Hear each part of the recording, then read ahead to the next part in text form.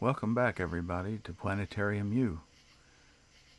You know, there are lots of stories about the stars, some old, some not so old. And that's one of the things that I hope you get out of our time together. That's stories.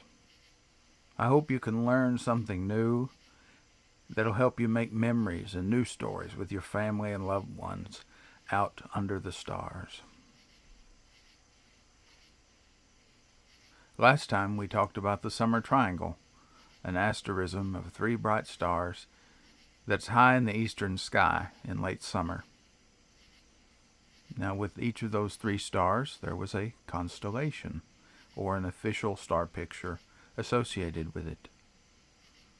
Whenever we have constellations or asterisms, we always have stories.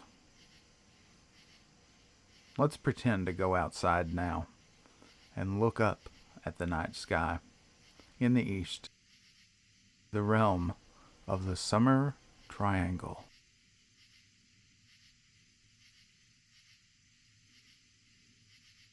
You know, long ago, people saw 3 birds up there.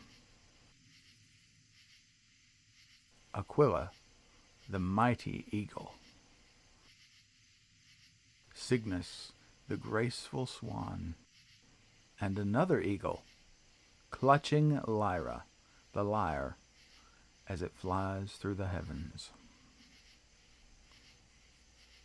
Aquila is the sky eagle that we see today most often. It was one of the 48 constellations that was described by a fellow called Ptolemy in the AD 2nd century. The figure is likely much older than that, as the Babylonians wrote of a sky eagle in their clay tablets. They called it Mula Mushen, or Mula Mushen. The Mul, M-U-L, that means star. So Mula Mushen means star called Mushen. And Mula Mushen was located in the same general celestial region as Aquila today.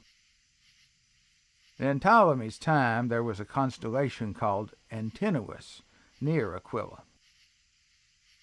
It was discarded in 1930 when the International Astronomical Union formalized the constellations. But Antinous was once an important constellation in the Roman world. It was created by the Roman Emperor Hadrian in AD 132. Now, it turns out Hadrian was like most world rulers in antiquity. He would visit oracles to try to divine the future.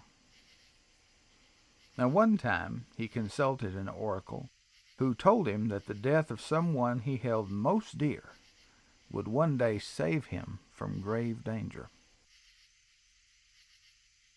That oracle's prognostication came to be true in AD 132, when, during an expedition to Egypt, Hadrian was saved from drowning in the Nile by none other than Antinous.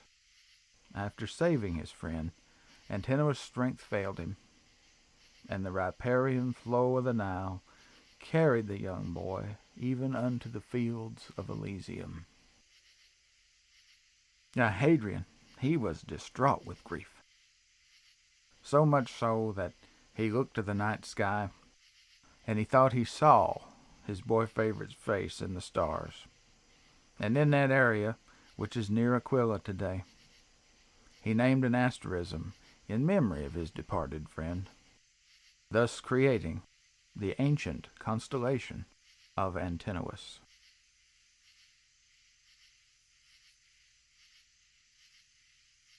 Now the Lyra, as we call it, in Greek tradition, was often depicted as being carried by an eagle.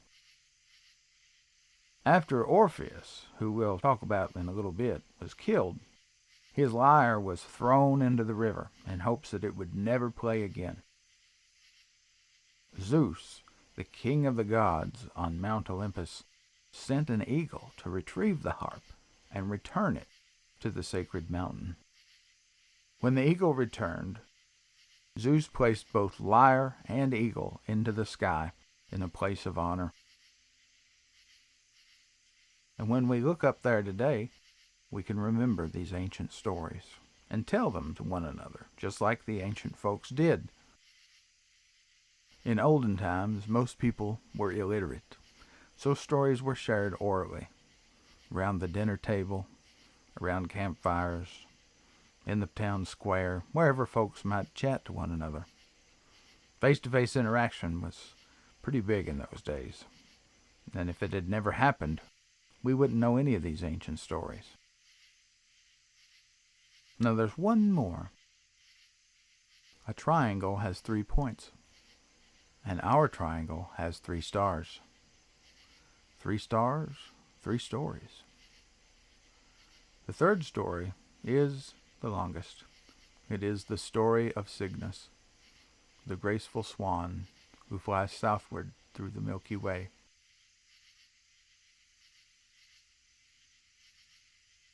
There are many swans in the mists of legend. The sky swan flies near Lyra the lyre, and a tale that involves both lyre and swan is that of Orpheus, the legendary prophetic bard, whose music was so beautiful that it could charm all things. The tale of Orpheus and his wife Eurydice is perhaps the most heartbreaking in all of human myth. Orpheus and Eurydice were madly in love, but on their wedding day, tragedy struck. On that fateful day, a satyr appeared and chased Eurydice. In her flight, she fell into a nest of vipers and was fatally bitten. Orpheus was devastated. His mournful songs wafted throughout the world, and it was said that all creatures under heaven wept with him. The passion of Orpheus' music stirred even the gods to tears, and so it was decided that he should be allowed to venture into the underworld to find Eurydice and bring her back to the world of the living. Hades never allowed spirits to leave the underworld, but when Orpheus found Eurydice, he played his lyre and sang of his undying love for her.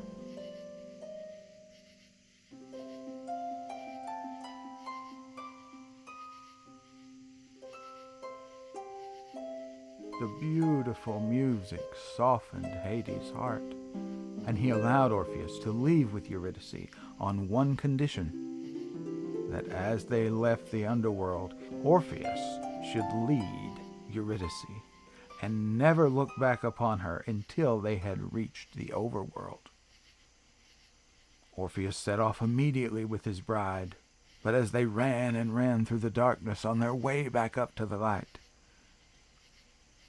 Orpheus looked back in anxiety to see if his beloved was still indeed there.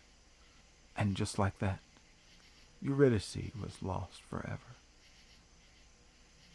And Orpheus was left alone with his grief. Death eventually freed Orpheus from his pain.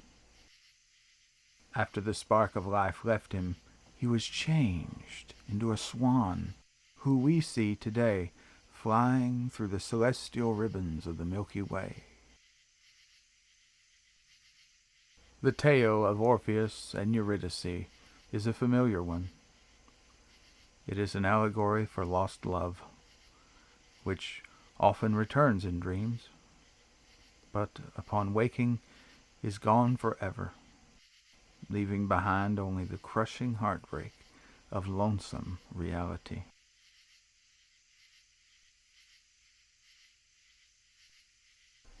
And those are 3 stories in the stars, written forever for us to remember and retell and create shared experiences with our friends, with our family, and with everyone we love.